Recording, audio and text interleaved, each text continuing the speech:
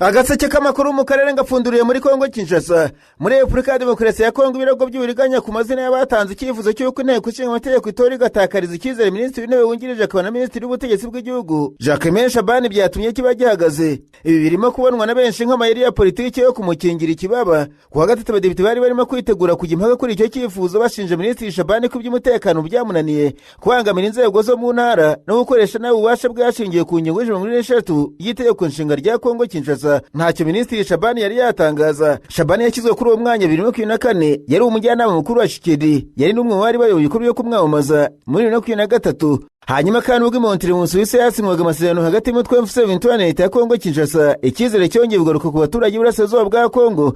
Abenshi batekereza ko igihe gigeze ngo amasasu iceke burundu ubuzima busubire ku murongo, ariko uko iminsi ishira ibiri kugaragara ku rugamba bitandukanye cyane n'ibyanditswe ku mpapuro. Amakuru aturuka mu baturage basenguzi ndetse n'abakurikirana umutekano muri Kivu zombi agaragaza ko nubwo amasezerano yasinywe imirwano ikomeje gukaza umurego. Hari ab'ingabo za leta zikomeje ngo bitera umuce bya Kivu zombi buhoro buhoro, abarwanyi b'M23 bagakomeza kuguma mu birindiro byabo aho gusubira inyuma uko byari byemeranijwe. Hari kandi amakuru y'udutsiko twitwaje intwaro nka Wazalendo hejuru y'ibihongero ko iminsi 10 zombi zayizihaye ngo zibe zamaze guherekanya imfungwa yararangiye kuwa kabiri. Icyizere cyari cyatanzwe cyaraje amasinde. Ibi byose bituma yibazwa niba kuko impande zombi zifite ubushake busesuye bwo kubahiriza ibyo zasinye. Imwe mu mpamvu zikomeye zituma amasezerano adashyirwa mu bikorwa ni ukutizerana gukomeye hagati y'impande zombi. Leta ya Kongo ishinja M23 kudasohoka mu duce yafashe no gukomeza kwiyubaka mu ibanga. Ku rundi ruhande M23 nayo ishinja leta ya Kongo gukomeza kurezenga mu bice byegereye iby'igenzura no kutubariza amasezerano ya politiki ajyanye n'uburenganzira bw'abihagarariye. Ugushinja gutuma buri ruhande rugira impungenge zo kuba rwatanga intambwe ya mbere, bityo amasezerano akaguma ku rupapuro. Kwamura intwaro no gusubiza mu buzima busanzwe abarwanyi nimwe mu nkingi z'ingenzi z'amasezerano, ariko kugeza biracyari mu rwego rwo gutegurwa. Amakuru yizewe agaragaza ko nta gahunda ihamye iratangira ku buryo bugaragara, bitewe n'uko ikibazo nyamukuru cyateye intambara kitarabonerwa igisubizo mu mizi ndetse n'inkunga mpuzamahanga itaragera ku rwego rukenewe. Iyo gahunda idakozwe neza abarwanyi bashobora gusubira mu mirwano, bigatuma barushaho kujya kure. Mu gihe abayobozi bavuga amahoro, abaturage bakomeje kubaho mu bwoba. Mu bice byinshi bya Kivu y'Amajyaruguru hari imiryango itaratinyuka gutaha. Abagarutse mu ngo zabo bavuga ko umutekano ukiri buke ndetse ubuzima bukaba bugoye kubera ubukene n'ihungabana ryatewe n'intambara. Abaturage ba Minembwe ntibarabona amahoro mu buzima bwabo bwa buri munsi. Amasezerano nk'aya akenera inkunga ikomeye y'amahanga kugira ngo ashyirwe mu bikorwa, nubwo ari imiryango mpuzamahanga ikurikirana ihagarikwa ry'imirwano n'ibigo bikomeje gusaba impande zombi kubahiriza ibyo zasinye. Ibigaragara no ku igitutu mpuzamahanga kitaragira ku rwego rushobora guhindura ibintu vuba, ndetse ntibikwiye kwirengagizwa ko inyungu za politiki z'ibihugu bitandukanye zishobora kudindiza ishyirwa mu bikorwa ry'amasezerano. Uburasirazuba bwa Kongo si ubwa mbere bubonye amasezerano y'amahoro atubahirizwa neza. Mu myaka yashize amasezerano menshi yarasinywe, ariko menshi muri yo ntiyigeze ashyirwa mu bikorwa uko bikwiriye, bigatuma intambara zigaruka mu buryo butandukanye. Ibi bituma n'aya masezerano mashya ashobora guhura n'ingaruka nk'izo niba nta mpinduka zikomeye zibaye. Muri make amasezerano y'M23 na leta ya Kongo atanga icyizere ku rupapuro, ariko ku rugamba ishyirwa mu bikorwa riracyagenda bigura intege. Hagati y'uko utizerana ibibazo bya politiki n'umutekano utizewe, amahoro arambye aracyari kure kugerwaho. Kugeza ubu kuri gucukumbuye kugaragaza ko intambara itararangira yahinduye isura gusa. Nyine muri Kongo Kinshasa, abasenateri 29 muri Leta Zunze Ubumwe za Amerika bandikiye Minisitiri w'Ububanyi n'Amahanga wa Amerika Marco Rubio bamenyesha ko umugambi wo kohereza impunzi z'Abanyafghanistan muri Kongo Kinshasa ari ubugambanyi bukomeye. Mu nkambi ya ASA Saria yahoze mu kigo cy'ingabo za Amerika muri Qatar yacumbikiye by'agateganyo Abanyafghanistan 1,100 bamaze imyaka myinshi bategereje kwimurirwa muri Amerika. Aba Banyafghanistan barimo bakoranye n'ingabo za Amerika mu ntambara zamaze imyaka 20 zihanganye n'umutwe wa Talibani wasubiye ku butegetsi 2021 ndetse nabo mu miryango yabo. Tariki ya 21 Mata y'umwaka umuryango w'Abanyamerika uharanira uburenganzira bw'impunzi Afghan EVAC watangaje ko ufite amakuru yizewe yemeza ko ari ibiganiro bigamije kuzohereza muri Kongo Kinshasa hatitawe ku bufasha bukomeye zahaye ingabo za Amerika muri Afghanistan. Isina ry'abasenateri 29 na senateri Richard Blumenthal tariki ya 28 z'ukwezi kwa kane ryandikiye Minisitiri Rubio bari bifunguye rimwibutsa ko Abanyafghanistan biyemeje kwifatanya n'Abanyamerika mu rugamba bari bahanganyemo n'abatalibani na Islamic State, bazi neza ko bishyira ubuzima bwabo mu kaga.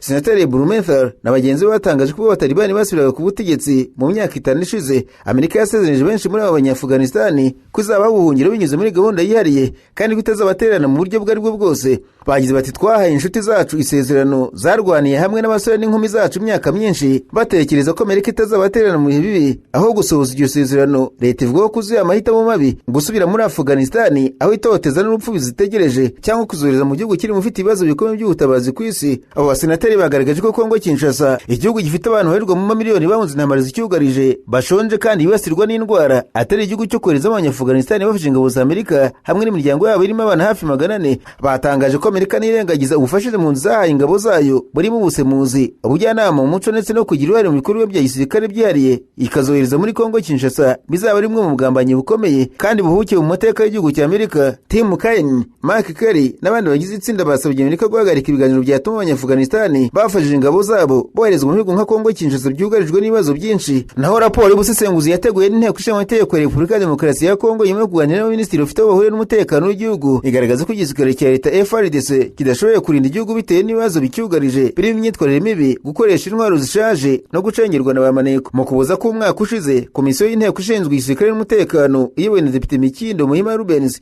yaganiriye na Minisitiri w'umutekano Jacquemain Shabani, Minisitiri w'ingabo Guy Kabombo Mwadiamvita, Minisitiri w'imari Dudu Mfwamba na Minisitiri w'abakozi ba leta Jean Pierre Riho, Minisitiri wa Mine Louis Watumu Kabamba n'umwa Minisitiri w'ingengo y'imari Adolphe Muzito. Ku itariki ya 28 z'ukwezi kwa kane ikinyamakuru Jeune Afrique cyatangaje ko ibyo biganiro byari bigamije gusuma ubushobozi bwa FARDC n'izindi nzego zishinzwe umutekano w'igihugu nyuma y'aho RDF M23 rifashe ibice byinshi byo mu ntara y'Kivu y'Amajyepfo biri mu kibaya cya Ruzizi biri mu mujyi wa Uvira. Minisitiri Shabani yabwiye komisiyo ko uretse ibice inzego z'umutekano zambuwe na M23 ingabo za Zambia nazo zigenzura bimwe mu bice byo mu ntara ya Tanganyika iri mu majyepfo y'igihugu, mu gihe kandi ubwoko bwa Mbololo muri gutura muri Norubangi buri guteza amakimbirane ashingiye ku butaka. Uyu mutegetsi yavuze ko umutekano w'igihugu n'ubumwe bw'abanyekongo biri mu kaga, agaragaza ko nihadafatwa ingamba zikomeye ziteguye neza kandi zihuse ibintu bishobora kuzamba mu gihugu hose kandi ko bizahungabanya politike, imibereho y'abaturage n'ubukungu muri rusange. Minisitiri Shabani yagaragaje ko ashinzwe umutekano uherezwa nabi mu bice bitandukanye, agaragaza ikibazo cy'intwaro zikomeje kunyanyizwa mu bice bitandukanye by'igihugu, ruswa yahawe intebe muri izi nzego kandi ko inzego zimwe na zimwe z'umutekano zacengiwe na ba maneko. Minisitiri w'ingabo Mwadiamvita yahawe umwanya agaragaza ko nubwo FARDC yaguriwe drone zirasa mu ntara ndende ndetse n'indege z'intambara zifite ubushobozi bwo gusenya ibinjiro by'ingenzi bya M23, iriho naryo ryaguze ikoranabuhanga riyobya ibi bikoresho, imbaraga leta yashoye zipfusa. Mwadiamvita yavuze ko gutsinda intambara muri Kivu y'Amajyaruguru na Kivu y'Amajyepfo bisaba guhuza ingamba za diplomasi, ubutasi, igisirikare n'ubukungu.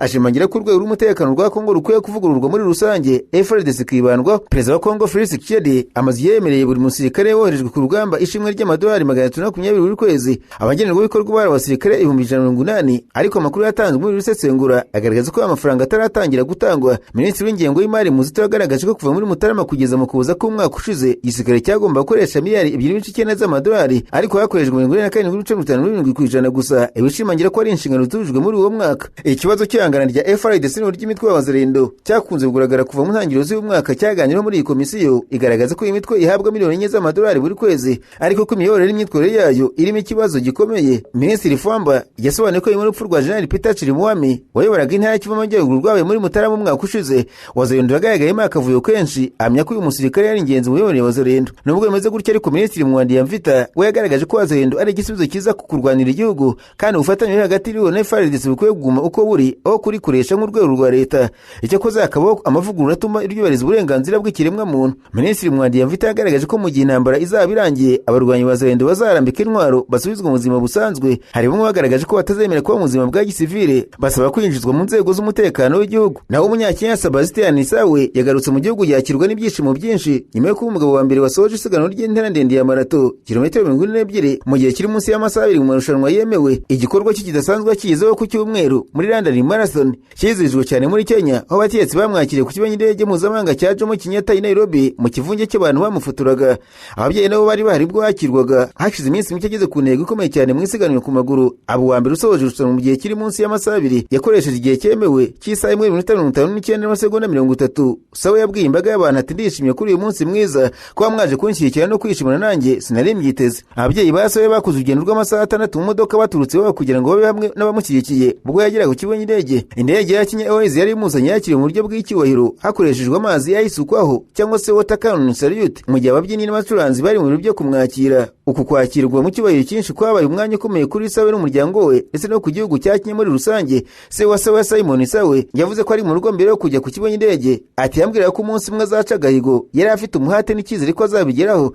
Akomeje agira ati ndishimye kubwe no kubwacu twese turi hano, twishimye cyane kugeza ijwi ryanjye ryasaraye kubera gusakuza tumushyigikira. Biteganyijwe ko Sawe azahura na perezida wa Kenya William Ruto. Uyu mugabo w'imyaka 31 yanditse amateka arusha umunota urenga agahigo kashyizweho 2023 kari gafitwe n'undi munyakenya ubu wapfuye uhoze ari umwirutsi wabigize umwuga Kelvin Kiptum wari wakoresheje igihe n'amasaha 2:35. Intambara mu burasirazuba bwa Kongo Kinshasa niyo yiganje mu makuru, ariko raporo y'inteko ishinga amategeko ya Kongo yakiriwe na radiyo mpuzamahanga y'Abafaransa RFI igaragaza ko ibibazo biri ku mupaka ya Kongo birenze kure cyane ibiri ku mupaka n'u Rwanda. Biravuga ko abasirikari ba Zambia bigaruye uduce tubiri two mu ntara ya Tanganyika, ubwo kandi imitwe yitwara gisirikare yo muri Central Africa ikorera muri Banzuwele mu gihe ingabo za Sudani y'Epfo zikunze kwinjira muri Hotiwele, Muriro ndetse na Mobani, uduce tubiri two mu ntara ya Tanganyika mu majyepfo y'uburasirazuba bwa Repubulika ya Demokarasi ya Kongo. Minisitiri w'umutekano mu gihugu Jacques Shabani yagarutse kuri utwo duce mu buryo bwihariye imbere y'inteko ishinga amategeko mu Kuboza gushize kuba ingabo za Zambia zigaruye utu duce tubiri twa Kongo. Ntabwo ari ibintu bishya. Muri 2020 abasirikare ba Zambia bari bamaze kuzamura ibendera ryabo ku butaka bwa Kongo mu gace ka Muriro.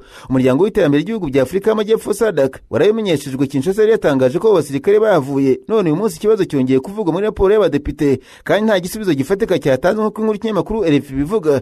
Hagati mu mupaka wa Zambia ntabwo ari wonyine ufite ikibazo. Raporo ya Sena muri Gicurasi umwaka ushize nayo RFI yabonyeho igaragaza ubukana bw'iki kibazo. Ku ruhande rwa Angola, ubwato bw'abarobyi b'Abanyekongo buri gihe bufatwa n'ingabo za Angola zirwanira mu mazi, nako inyeshyamba z'umutwe wa FLEC uharanira ubwigenge bw'intara ya Kabinda zikunze gucengera muri Kongo Centrale. Mu majyaruguru umupaka wa Central Africa inyeshyamba za Seleka na Antibaraka zikorera mu nkambi y'impunzi za Banzuwele. Ingabo za Sudani y'Epfo kandi zivuga gucengera ahitwa Faraje muri Hotiwele zishakisha inyeshyamba za SFA. Hanyuma mu burengerazuba hamwe na Repubulika ya Kongo, amakimbirane arakomeje ku birwa binini n'ibirwa bitoya byo mu ruzi rwa Kongo n'umugezi wa Ubangi, cyane cyane muri teritwari ya Ribenge. Mabwire kandi ko umuyobozi wa polisi Burundi ikorera hafi y'umupaka w'u Rwanda mu gace ka Mparamirundi ko muri komine Kayanza mu ntara ya Butanyerera ku wa gatatu yarashe mu cyica abagabo 2 bakekwa gukorera ubucuruzi bw'amagendo hagati y'u Rwanda n'u Burundi. SOS Media Burundi yatangaje ko amasoko yayo yo muri polisi Burundi ndetse n'umufitanye isano n'abanyakwigendera bayibwiye ko abo bagabo mbere yo kwicwa bari babanje gutabwa muri yombi na polisi y'u Burundi. Amakuru aturuka muri polisi mu gace barasiwe bavuga ko inzego z'ubuyobozi mu gace zashyizeho amabwiriza y'uko umuntu wese uzafatwa yinjiza mu Burundi ibicuruzwa by'amagendo akuye mu Rwanda agomba kwicwa. Inzego z'ubuyobozi ntacyo ziratangaza kuri rasiko ry'abari abantu. Agace ka Mparamirundi kegera umupaka w'u Burundi n'u Rwanda kamaze gafatwa nk'imwe mu nzira inyuzwa mu bicuruzwa by'amagendo hagati y'ibihugu byombi. Ubu bucuruzi bivuga ko bwiyongereye ku ruhande rw'u Burundi nyuma y'uko iki gihugu gifashe icyemezo cyo gufunga imipaka yose yo ku butaka igihuza n'u Rwanda. Nararanganisha amaso ibinyamakuru byandikirwa muri Uganda. Abanyamakuru bakiza amakaramu ku mpapuro barandika banditswe abagenzi bakora ingendo ndende muri Uganda batangiye kwishyura amafaranga menshi yo gutega imodoka nyuma y'uko ibiciro by'ingendo bizamutse bitewe n'izamuka ry'ibiciro bya peterole n'ibindi bikoresho byifashishwa mu gutwara abantu. Abakora ubwikorezi bavuze ko kuzamura ibiciro badashobora kubyirinda kuko gukoresha imodoka bigenda benda cyane uko iminsi ishira. Ibaye mu gihe ku isoko mpuzamahanga ibiciro bya peterole bikomeje kuzamuka no guhindagurika. Kuri ubu muri Uganda litiro ya essence iragura amashiringi 6,907, naho mazutu iragura 5,780 ndetse na 6 mu mijyi myinshi. Rizamuka rifitanye isano n'ibibazo by'umutekano n'ubwikorezi bw'ibikomoka kuri peteroli ku isi, cyane cyane amakimbirane muri Burasirazuba bwo hagati yahungabanyisha inzira nyamukuru z'ubwikorezi bw'amavuta. Umuyobozi ukora mu kigo gitwara abagenzi yavuze ko ingendo ziri hagati ya kilometero 30-60 ziyongereho amafaranga agera ku 5,000 by'amashiringi. Ingendo ndende ziyongereho amashiringi agera ku 10,000. Ku ngendo mpuzamahanga zijya mu bihugu nka Kenya, u Rwanda na Sudani y'Epfo ibiciro bishobora kwiyongera hagati ya 20 na 25 by'amashiringi. Yongeye ku biciro byahozeho bitagishoboka kubera izamuka rya peteroli, ibiciro by'ibikoresho by'imodoka cyangwa se spare parts n'ikiguzi cyo kuyisana no kuyitaho. Abatwara imodoka bavuze kandi ko ari ikibazo cyo kubona peteroli aho igenda ibura kuri sitasiyo zimwe na zimwe, bigatuma gahunda z'ingendo zihungabana. Banagira inama abagenzi ko bakwiye kugura amatike aho byemewe gusa kugira ngo batibwe amafaranga arenze agenewe. Ku rundi ruhande abatwara taxi bo ntibaratangaza ku mugaragaro izamuka ry'ibiciro, ariko bavuze ko bakurikirana uko ibintu bimeze. Bavuze ko n'ibiciro bya peteroli bikomeje kuzamuka nabo bazasabwa kongera ibiciro by'ingendo. Agaseke k'amakuru mu karere ngafunikire muri Tanzania. Abanyamakuru bakoze jiba muri Norandika maze ko Perezida wa Kenya William Ruto biteganyije ko zagize ijambo ku nteko ishinga amategeko ya Tanzania tariki 5 z'ukwezi kwa gatanu i Dodoma. Byavuzwe n'umuyobozi wungirije w'iyo nteko wavuze ko uwo muhango uzitabirwa n'abategetsi bakuru b'igihugu. Yagaragaje ko ari igikorwa gikomeye kandi cy'amateka kigamije gukomeza ubufatanye n'ubuvandimwe hagati ya Tanzania na Kenya. Ibi bizaba ari ubwa mbere Perezida wa Kenya agejeje ijambo ku nteko ya Tanzania, bikaba ari intambwe ikomeye mu mubano w'ibihugu byombi. Kuva yafata ubutegetsi, Perezida Ruto amaze kugira ingendo nyinshi muri Tanzania, cyane cyane mu bikorwa bijyanye n'umuryango wa Afurika y'Iburasirazuba EAC. Mu kwezi kwa gatatu yagiye arushaho yashyirije ubuyobozi bwa EAC Perezida wa Uganda Yoweri Museveni. Muri manda ya Perezida Ruto yanatangaje gahunda zitandukanye zigamije kongerera imbaraga ubufatanye n'iterambere ry'akarere ka Afurika y'Iburasirazuba. Perezida Ruto agiye kuvugira mu nteko ya Tanzania mu gihe ibihugu bya Kenya, Uganda na Tanzania biherutse kwemeranya umugambi wo gushyira uruganda rutunganya peteroli ahitwa Tanga muri Tanzania. hanze mabwire ko ibiciro by'iva kuri peteroli byazamutse cyane ku wa kane nyuma y'amakuru avuga ko igisirikare cya Leta Zunze Ubumwe za Amerika giye kumenyesha Perezida Donald Trump gahunda nshya zigishobora gukorwa ku ntambara ya Irani. Rumwe mu nzego z'igisirikare cya Amerika rushinzwe kuyobora ibikorwa by'imirwano US Central Command rwateguye gahunda y'ibitero bigufi ariko bikomeye kuri Irani bigamije gutuma ari intambwe iterwa mu biganiro na Tehran nk'uko urubuga rw'amakuru Axios rwabitangaje. Igiciro cya peteroli ya Brent cyazamutse hafi 7% kirenga amadolari 126 ku kagunguru kamwe, nirwo rwego rwo hejuru cyane kigeze kuva Uburusiya butangiye intambara isesuye kuri Ukraine mu myaka ine ishize. Ibiciro by'ingufu byazamutse muri iki cyumweru mu gihe ibiganiro by'amahoro bisa nk'ibyahagaze, kandi inzira y'ingenzi y'ubwikorezi bwo mu mazi bunyura mu murwa bwa Hormuz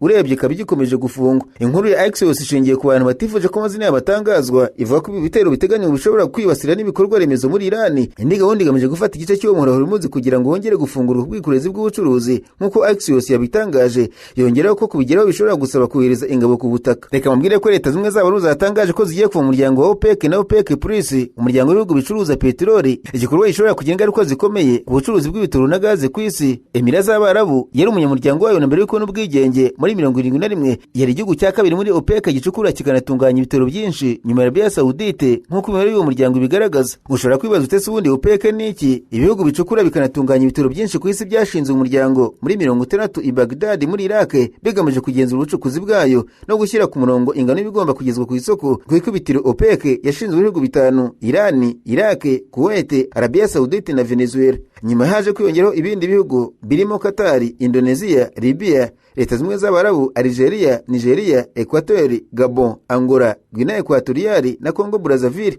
Kugeza mu myaka ya 70 OPEC yagenzuraga hafi kimwe cya kabiri cy'ubucuruzi bw'ibitoro ku isi, ndetse yari yahinduye ku buryo bugaragara politiki y'ingufu ku isi. Kuva mu myaka myinshi ishize OPEC isa n'itegeko na Arabia Saudite, igihugu gicukura kandi gitunganya utugunguru hafi miliyoni 9 ku munsi. Iruhande rwa OPEC hashinzwe uri muryango wishamikiyeho witwa OPEC Plus, ugizwe n'ibindi bihugu 10 nabyo bicukura ibitoro byinshi ariko bitari muri OPEC, birimo nk'Uburusiya, Sudani na Sudani y'Epfo, Bahrain, Omani, Mexique na Brazil. Havugwa amakimbirane ya Saudi Arabia ndetse na Leta Zunze Ubumwe z'Abarabu. Leta Zunze Ubumwe z'Abarabu icukura kandi ikanatunganya utugunguru tw'ibitoro hagati ya 3 n'igice ku munsi ku gipimo ntarengwa kiba cyaragenwe na OPEC. Abasenguzi bavuga ko kuva kera Leta Zunze Ubumwe z'Abarabu yakomeje kureba nabi Arabia Saudite ari ifite ingufu nyinshi kanagena imitegekere y'uwo muryango. Leta Zunze Ubumwe z'Abarabu yavuye muri uwo muryango ivuga ko isoko ry'isi rikeneye ibitoro byinshi kurushaho kandi ko ishaka kubigeza no ku isoko nta mbogamizi. Amakuru yemeza ko ubusanzwe Leta Zunze Ubumwe z'Abarabu ifite ubushobozi bwo gucukura no gutunganya hafi utugunguru 5,000 tw'ibitoro ku munsi, kandi mu myaka ishize yongereye ibikorwa remezo byo gutunganya ibitoro byinshi kurushaho. Kuva muri OPEC muri iki gihe isi ikeneye ibitoro byinshi kubera ihungabana ry'ingendo muhora Hormuz ni igihe cy'ingenzi muri ubucuruzi ku isi. Ibibaye kandi mu gihe umubano hagati ya Arabia Saudite, Leta Zunze Ubumwe z'Abarabu na Iran utifashe neza kubera ibitero bya Amerika na Israel kuri Iran. Mu kwihimura Iran ikarasa kuri ibihugu byombi bituranye binahuriye muri OPEC. Abasesenguzi bavuga ko kuva muri OPEC kwa Leta Zunze Ubumwe z'Abarabu bizatuma umugambi wa Arabia Saudite bw'uru no gushyira ku murongo abandi banyamuryango basigaye muri OPEC. Bamwe mu banyamuryango ba OPEC nabo muri iyi myaka bazamuye ubushobozi bwabo bwo gutunganya ibitoro kandi bifuza kubicuruza nta gipimo ntarengwa bashyiriweho. Kugenda kwa Leta Zunze Ubumwe z'Abarabu bishobora guca intege Arabia Saudite mu gutegeka uriya muryango no gushobora kuwucamo ibice nk'uko inzobere zibivuga. Ese ubundi Leta z'Abarabu zirifuza iki? Abatetsi b'iki gihugu bafite intego yo kongera ubushobozi bwo gucukura no gutunganya ibitoro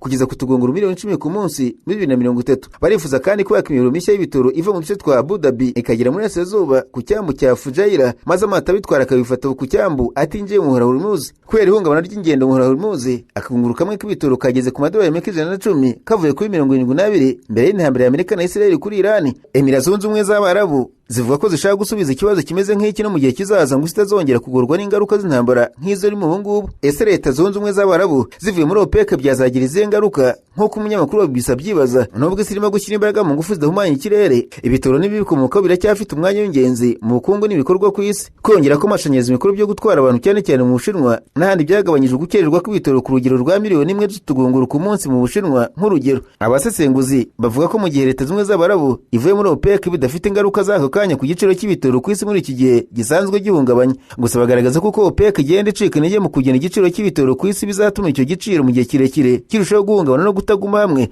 ingaruka zikagera ku muguzi wacyo wa nyuma kandi muto. Reka nsoze bambwira kuri ya nkuru mu Buhinde wataburiwe umurambo wa mushiki we akawujyana kuri banki. Byabaye kuwa mbere nimugoroba mu gace kari mu ntara Odisha muri Asazuba bw'Ubuhinde, abakozi ba banki batunguwe no kubona umugabo w'imyaka 52 yinjiye muri banki atwaye amagufa y'umuntu wapfuye ku rutugu. Jitu Munda yinjiye muri iyo banki mu mujyi muto wa Mariposhi ashaka ko bamuha bamuha amarupiya 19,300 ni hafi 300 y'amanyarwanda ari kuri konti ya mushiki we iri muri banki ya Grameen. Uwo mushiki we Karera Munda yapfuye ku myaka 56 mbere yarapfuje umugabo we maze asubira iwabo akora nk'umukozi wa Nyakabyizi. BBC Hindi yavuze ko Karera yapfuye mu ntangiriro z'umwaka maze kugurisha ibimasa bye maze akabitserera amarupiya kuri konti ye. Ese kuki yagiye kuri banki yitwaje amagufa? Karera Munda yapfuye mu mezi abiri ashize nyuma musaza we Jitu ajya kuri banki gusaba amafaranga ya mushiki we. Jitu yabwiye BBC Hindi ati nagiye inshuro nyinshi nsobanura umukuru wa banki ko hashize amezi abiri mushiki wanjye yapfuye. Uwo mukuru wa banki yanze kunyumva agatsimbarara ko tuzana nyiri konti cyangwa se icyemeza ko yapfuye n'inyandiko z'uwo yasigiye irage. Nagize umujinya ndagenda nzana umubiri we ngo mwereke ikimenyetso. Uyu mugabo agenze kilometero 3 ajya bahambye mushiki we afata umubiri we igice cyo hejuru agishyira mu mufuka maze awushyira ku rutugu. Mu bushyuhe bwinshi bwariho yerekeza kuri banki. Abakozi n'abakiriya ba banki baratunguye bikomeye bamubonye yinjiye nk'uko BBC Hindi bivuga. Banki yahise yamagara polisi. Abapolisi bumvishije umugabo ko ubusabe bwe buri bwumve ariko agomba gusubiza mushiki we mu ruhukiro aho yari ashyinguwe. Jitu yemeye arongera ashyira umurambo ku rutugu asubira ku irimbi. Ese ubutegetsi mwende buvuga ngo iki? Sushant Kumari Seti ukuriye banki ya Grameen Odisha yavuze ko ubwo Jitu yazaga kubikuza amafaranga namubwiye ko nyine agomba kuba ari hano. Ati yabanje kuva ko mushiki we yagize ikibazo cya paralizi adashobora kuza. Mubwiye ko umukozi wa banki yajya kumureba iwe avuga ko ahubwo yapfuye. Uwo mukuru wa banki yavuze ko mezi birashize Jitu Munda atigeze ajya kuri iyo banki kubikuza amafaranga. Yongereho ko ari afite abandi bantu babiri bemeye n'amategeko nabo baje kubikuza ayo mafaranga. Ko ariyo mpamvu banki yasabye Jitu inyandiko z'amategeko zibimwemerera. Nyuma y'iperereza ryakozwe kuwa kabiri amarupiya 19,110 ubwo ni ukuvuga 300 by'amafaranga y'u Rwanda yahawe Jitu n'abandi bavandimwe babiri ba Karera. Polisi yavuze ko yasabye abavandimwe 3 kugabana amarupiya mu buryo bungana. Minisitiri Suresh Pujari umuntu ya Odisha avuga ko ibintu nk'ibi ngibi ari ubwa kabiri baye muri iyi ntara. Yongera ko harimo gukorwa iperereza kandi yazafatwa ingamba zikomeye ku myifatire y'umukuru wa banki. Ubutegetsi bw'akarere ka Jonshari bwasohoye itangazo kuri iyi nkuru yakuriye henshi ku isi. Bwavuze ko ari inshingano zabwo zibanze kurengera uburenganzira n'agaciro k'abantu batuye muri ako karere. Ubutegetsi bw'ako karere buvuga ko bwahaye Jitu Munda inkunga y'amarupiya 30,000 ni hafi 500. Ubwo butegetsi buvuga kandi ko bwanahaye Jitu Munda icyemezo cy'uko mushiki we yapfuye n'inyandiko y'abazungu rebe bemewe. Buvuga kandi ko butazemera ko undi muntu urenganwa bugezeho ngaho mu gihe kizaza.